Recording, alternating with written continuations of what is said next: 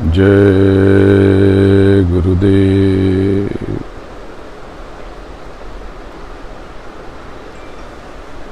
जय गुरुदेव नाम किसका?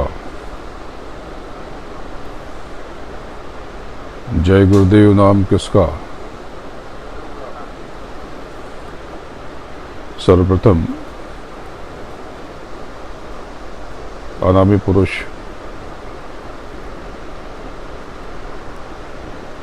गुरु महाराज के चरणों में कोटि कोटि प्रणाम करता हूँ और तत्पश्चात आप सबके आज्ञा चक्र पर बैठी आपकी रूह, आपकी आत्मा, आपकी सूरत यानी आपका अभिवादन करता हूँ। पवित्र जीवात्माओं,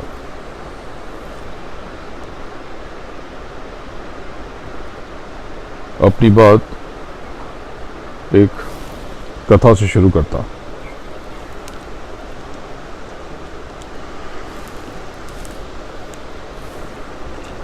एक सेठ जी ने अपने गुरु महाराज से कई बार प्रार्थना की कि आप हमारे घर पधार कर उसे पवित्र करें। गुरु महाराज सुनते रहे और एक दिन उन्होंने आग्रह स्वीकार कर लिया और उन्हें बोला कि चलो ठीक है, परसों तुम्हारे घर पधारेंगे। सेठ जी प्रसन्न हो गए कि गुरु महाराज आने वाले हैं, इसलिए बड़ी तैयारियां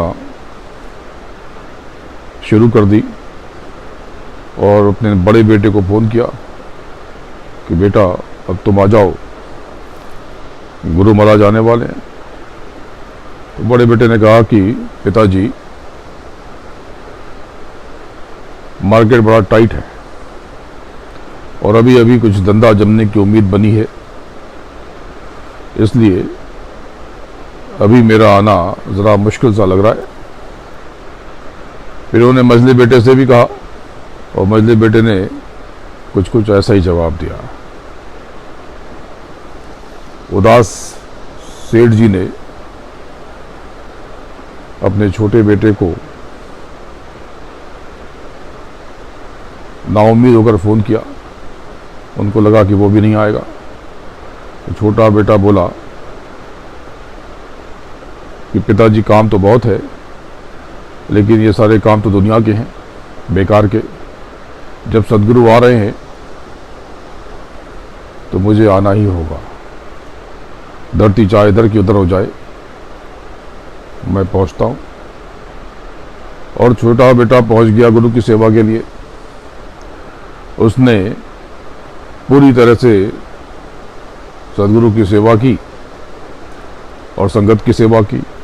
अन्न से, धन से, वस्त्र से, जिस प्रकार से वो सेवा कर सकता था उसने गुरुदेव का सत्कार किया और लगा रहा। बाबा जी के, गुरु महाराज के एक सहयोगी थे साथ में। तो उन्होंने सेठ जी से धीरे से पूछा कि सेठ जी आपके कितने बच्चे हैं? तो सेठ जी ने गंभीर होकर जवाब दिया कि एक ही बेटा है मेरा। वो हचकचाए। उस सहयोगी ने कहा कि मैंने तो सुना है कि आपके 3 बेटे हैं। सेठ जी ने जवाब दिया कि वो बेटे मेरे नहीं हैं, वे तो सुख के बेटे हैं, वे तो मन के बेटे हैं, संसार के बेटे हैं, जो रूहानियत के, धर्म के, आध्यात्म के काम में ना आए, गुरु की सेवा में बुलाने पर भी ना आए, तो वो मेरे बेटे कैसे हुए? मेरा बेटा तो एक ही है, जो सत्कर्म में उत्साह से तत्पर है, लगा हुआ है। उस सहयोगी की जिज्ञासा बढ़ी और उसने पूछा कि सेठ जी आपकी उम्र कितनी है? तो सेठ जी ने हिसाब लगाया और उन्होंने कहा कि 8 साल 6 महीना और 20 दिन। उसकी आंखें सिकुड़ गई सहयोगी की। उसने कहा सेठ जी बस 8 साल 6 महीना और 20 दिन? बस इतने ही पढ़े हो आप? अरे 3 बेटों के बाप हो और उन केवल इतनी ही बता रहे हो? आप मजाक कर रहे हो क्या? सेठ जी गंभीर हो गए। उन्होंने कहा कि जब से हमें सदगुरु मिला, मार्ग मिला, परमार्थ का रास्ता निकला, नामदान मिला, साधन भजन करने की युक्ति पता चली, जब से हम गुरु के बने तभी से हमारी सच्ची जिंदगी शुरू हुई।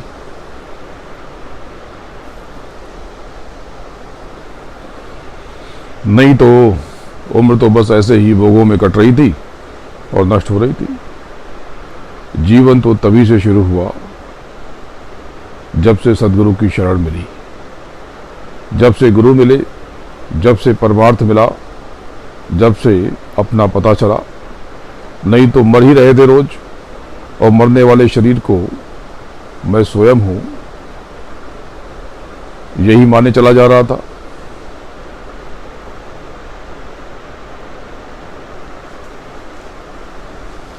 अब सहयोगी की जिज्ञासा बढ़ती गई। उसने फिर पूछा कि अच्छा सेठ जी, एक बात बताओ, आप तो बड़े अमीर आदमी लगते हो, कितनी संपत्ति होगी, कितनी प्रॉपर्टी होगी आपके पास? सेठ जी गंभीर हो गए, आंखें बंद कर ली। वो बोले ज्यादा कुछ नहीं, बस कुछ लाख होंगे। सहयोगी बोला कि क्या बात कर रहे हो सेठ जी, आप तो करोड़पति रखते हो, इतनी गाड़ियां हैं, महल जैसा घर है, एक एक गाड़ी ही 10-20 लाख की, 50 लाख की। तो सेठ ने जवाब दिया कि ये जो आपको दिखाई दे रही है, ये संपत्ति तो इधर की इधर ही पड़ी रहेगी। जितनी संपत्ति सदगुरु सेवा में, उनके परमार्थी कार्यों में लग गई, बस उतनी ही मेरी है। अन्यथा ये सब तो बेकार है। जो जवाब सेठ ने दिया, बस वही सत्य है।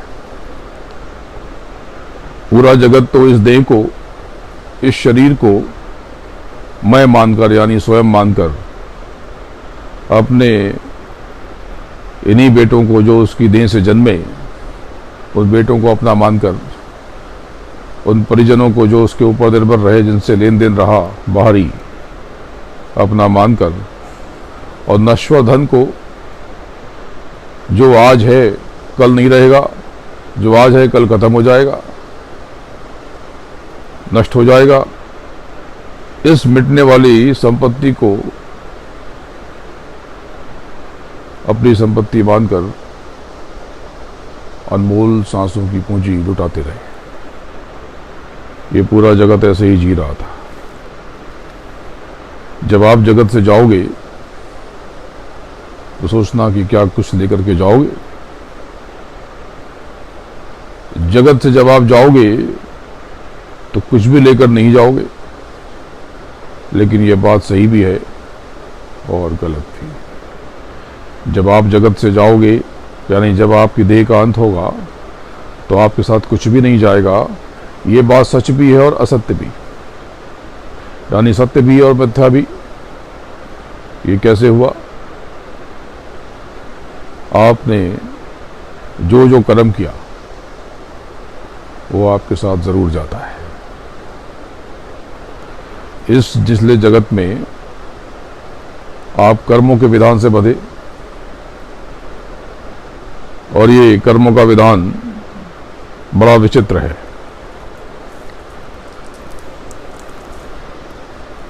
ऊपर जब आप जाओगे तो कुछ भी आपके साथ नहीं जाएगा। जैसे आप विदेश जाते हो तो आपकी ये जो नोट, ये रुपए पैसे बाहर नहीं चलते। अभी तो नया कानून बन गया कि आप लेके जा भी नहीं सकते, आप लेके नहीं जा सकते। और अगर आपकी जेब में कोई रुपया रह गया, कोई सिक्का रह गया, तो वहाँ नहीं चलता। इस देश की सीमा के बाहर, एयरपोर्ट के बाहर आपका वो रुपया नहीं चलता। यहाँ तक कि जब आप फ्लाइट में, विदेश जाने वाली फ़्लाइट में बैठ जाते हो, तो बहुत सी फ़्लाइट में आपके रुपए नहीं लिए जाते। तब आप क्या करते हो? जो लोग विदेश जाते हैं वो अपने रुपए को बदल लेते हैं बैंक से, या जो विदेशी मुद्रा वाली कंपनियां हैं उनके पास जाते हैं और अपना रुपया दे करके जहां जा रहे उस देश की मुद्रा ले लेते हैं। Dollar, pound, euro, Swiss franc, दिरहम, दिनार, या जो भी वहाँ की मुद्रा है वो ले लेते हैं। लेकिन जो मुद्रा बदलते हैं बाहर, वहाँ वही मुद्रा काम में आती है। आपकी यहाँ की मुद्रा किसी काम की नहीं है। इसी तरह से इस जीवन में आपने अगर अपने लिए, स्वयं के लिए जिया तो क्या जिया? बेकार हो गया। इसको ऐसे समझो, आज आपके पास, आप कमा रहे हो, पैसे आ रहे हैं और सब पैसा खर्च कर रहे हो, तो जब मुसीबत हो जाएगी तो आपके पास कुछ भी नहीं बचेगा। लेकिन जो पैसा आपने बैंक में रख दिया, निवेश कर दिया, इन्वेस्ट कर दिया, बस वही पैसा आपके पास रह जाता है। इस लॉकडाउन से पहले ऐसे बहुत से लोगों को मैं जानता हूं जिनको मैं 5-7 साल से कह रहा हूं कि थोड़ी बचत कर लो, लौकिक भी और पारलौकिक भी। तो वो मानते नहीं थे कि आप हो फिर क्या चिंता। रोज का 1000 कमाया तो भी फूंक दिया, और 2000 कमाया तो भी फूंक दिया। मेरे साथ ही कोई चलता है, आप में से बहुत लोग जानते हैं, मेरी सेवा करता है और वो कमाता तो है, ये बंद होने के पहले रोज के 500 से 2-3 हज़ार कमा लेता था। इतनी कमाई तो आप सब में से बहुतों की नहीं। महीने में तो 50,000 लाख रुपए हो गए, लेकिन वो कमाता था और वो फूंक देता था। रात तक कोई पैसा नहीं बचे, जो बच गए वो कल खत्म सुबह। अब ये सब बंद हो गया तो अब ये ठीक है कि मैं तो हूं, तो मैं संभाल रहा हूं, संभालूंगा। लेकिन जब मैं जो कह रहा हूं, जो मेरे वचन है, उसका भी तो तुम्हें पालन करना चाहिए। देखो, जो काम इस जगत के, ये तो सब यूं ही, इस दुनिया की हर चीज, हर शय यूं ही व्यर्थ, निरर्थक। आपकी ये देह देखो, आपको बड़ा गुरूर है इस पर ना, तो ऐसा करो कि एक इत्र ले लो, सुगंध बढ़िया अच्छा, महंगे से महंगा ले लो, उसके अपने अगल बगल में लगा लो, और घंटे भर के बाद आओ और हाथ रगड़ो और उसकी गंध लो, आपका मुंह बन जाएगा। ये तो बदबू हो गई, ये तो दुर्गंध हो गई। बस ये आपकी कहानी है। इस देह को अच्छे से अच्छा पदार्थ दे दो, मेवे दे दो, मिठाइयां दे दो, दूध, मलाई, जो भी उत्तम आहार है इस देह को दे दो। कुछ घंटे के बाद वो जब विसर्जित करने जाते हो तो आप उसको देख भी नहीं पाते हो। अगर वो रह गया, विसर्जित नहीं हुआ, तो खुद के ही मल को देखकर उपकाई आ जाती है। ये आप हो, ये जगत की चीजें, दो कौड़े की। जब तक हैं उनकी आवश्यकता तो है, तो संभल के जियो। वो जो सेठ ने जवाब दिया, ये कहानी नहीं, ये सच्ची घटना पर निर्भर कथा है। उस सेठ ने बिल्कुल सही जवाब दिया। उसके पास बस कुछ लाख रुपए हैं जो उसने परमार्थ में, नेकी में और सेवा में अर्पित किए। इसीलिए तो गुरु महाराज ने और पहले के संतों ने कहा कि अरे भाई क्यों रोते हो, जो कर्म किया वो भोगा। बोले नहीं हुजूर, बड़ी कठिनाई है, पैसा नहीं है, धन की कमी है, ये काम वो काम, बहुत गरीब हूं।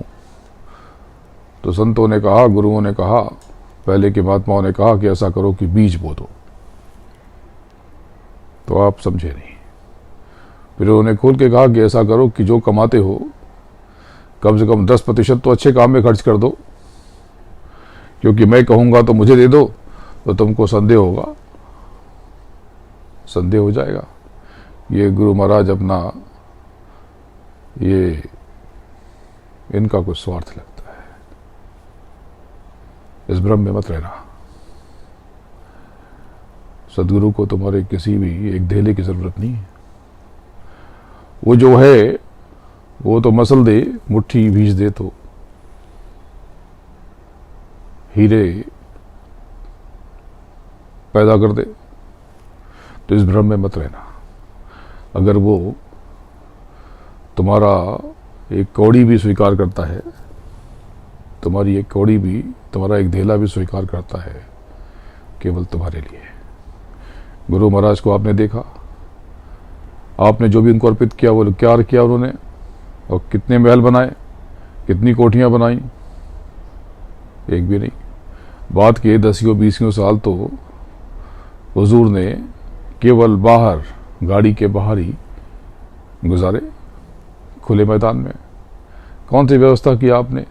ऊपर एक कोई कपड़ा डाल दिया, कोई प्लास्टिक या कोई तिरपाल डाल दिया बस, चाहे ठंडी हो, चाहे गर्मी हो, चाहे बारिश हो।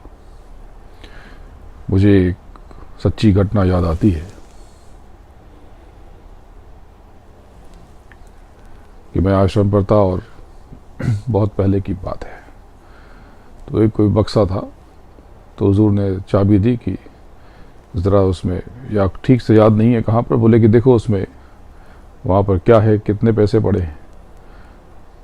तो मैंने खोला तो कुछ नोट के बंडल थे, लेकिन वो सड़ चुके थे, आधे, बहुत से नोट खराब हो गए थे।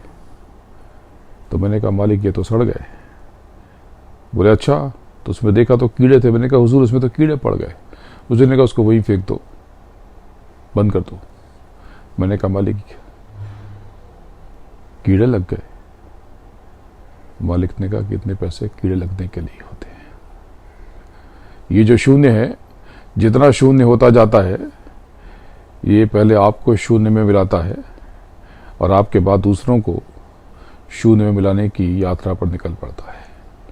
तो इस शून्य को, अपने श्रम को, अपने कर्म को परमार्थ के पीछे खड़ा कर दो, एक अंक खींच दो परमार्थ का और उसके पीछे खड़ा कर दो। अब वो लाखों करोड़ों बन गए, अब वो आपके साथ चिपक गए। ये देखो, एक बच्चा पैदा होता है महल में, कोठियों में, तो उसने इस जन्म में कौन सी नेकी की? ये पिछला है उसका। उसने परमार्थ कर दिया, परोपकार कर दिया, तो ये शून्य उसके साथ आ गए। पिता की सारी संपत्ति मिल गई। और यहाँ पर आप में से, अभी जब मैं बात कर रहा हूँ तो बहुत से लोगों से जुड़ा हूँ, जलगांव, भुसावल और उत्तरी महाराष्ट्र के बहुत से लोगों से, बहुत से प्रेमियों से। तो आप सब में से बहुत लोग खेती करते हो, बहुत से लोग खेती करते हो, तो दिन भर श्रम करते हो, तब जाके एक फसल में 1 लाख, 2 लाख, 4 लाख, 5 लाख रुपए इकट्ठा हो पाते हैं, जिसमें से बहुत से तो खर्च हो जाते हैं बीज में और रख रखाव में। तो इतना श्रम के बाद कुछ थोड़े से पैसे बचते हैं। लेकिन एक बच्चा पैदा हुआ तो महल में पैदा हुआ। तो ये क्या है? ये बस सेवा कर दी। जो सेवा की आपने, यही रह गया। तो आपसे 2 सेवा कही गई कि सूरत की सेवा और बारी सेवा। बारी सेवा के 2 भाग, संगत यानी संगति। देखो, एक ऐसे लकीर खींच दो तो ये पूछो कि ये क्या है, तो कोई बोलेगा चाकू है, कोई बोलेगा कटोरा है, ऐसे बना दो। कोई बोलेगा चाकू है, कोई बोलेगा कटोरा है, कोई बोलेगा तलवार है, कोई बोलेगा रस्सी है, जिसकी सोच जैसी। लेकिन इसके नीचे ओ लिख दो और उसकी पूछ बना दो और ऊपर बिंदु कर दो तो ये क्या क्या हो गया? तो ये चांद हो गया और ये ओंकार हो गया। ओम लिखते हो आप, ओम। तो जब ओम के साथ में ये लकीर आई तो ये ओम का चंद्रमा बन गया। तो आप क्या हो, ये आपकी संगति बताती है इस धरती पर, जिस मृत्यु लोक में, इस स्थूल जगत में। तो संगति ये बहुत जरूरी है। इसी संगति को संगत कहा, संगत जी कहा, प्यारी संगत कहा संतों ने, महात्मा ने। ये संगत यानी संगति ये बहुत अनिवार्य है। तो इसकी सेवा करो, अपने लोगों की सेवा। संगत यानी अपने लोगों की सेवा। तो ये सेवा सब पे बट करके तो ये इतने माध्यम से आपके पास लौट के आएगी, कहीं कुछ जाता नहीं।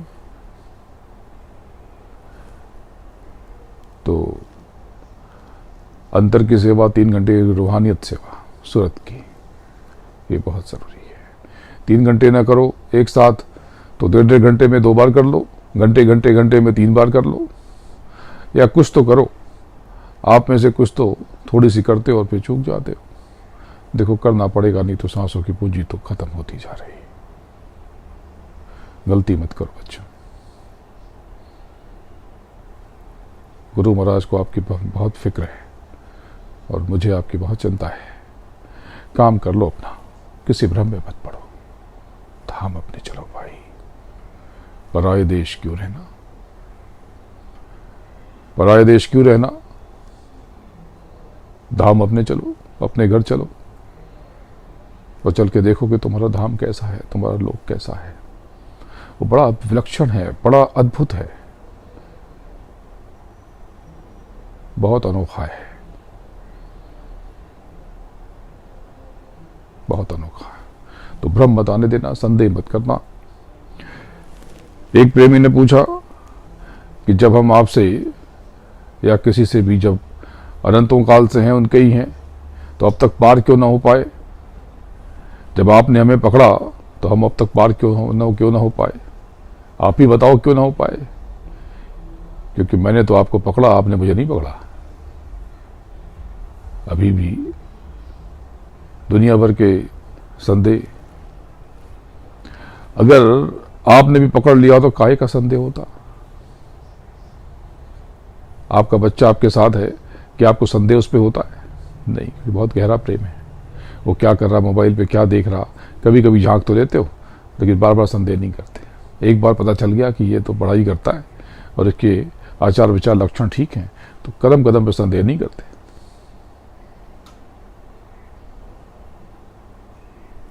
तो बात को समझो।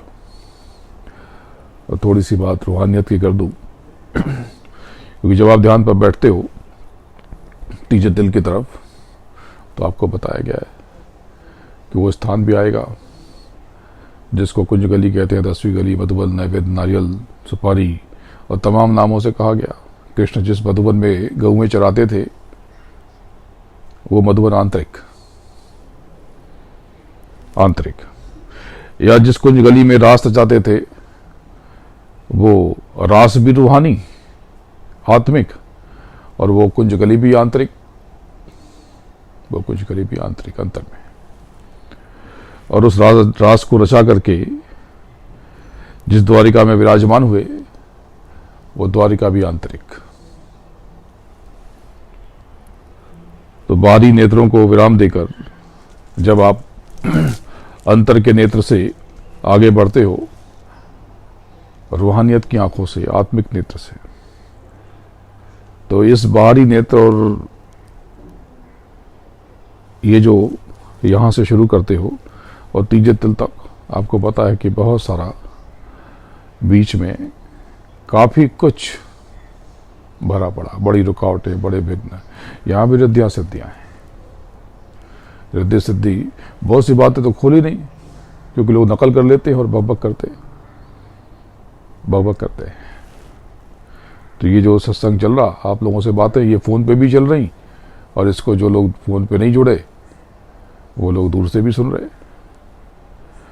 तो जो बाहर सुन रहे, तो ये फट से बहुत से नकलची बैठे हैं ये भरमा देंगे, यही सुन के सुना देंगे आपको।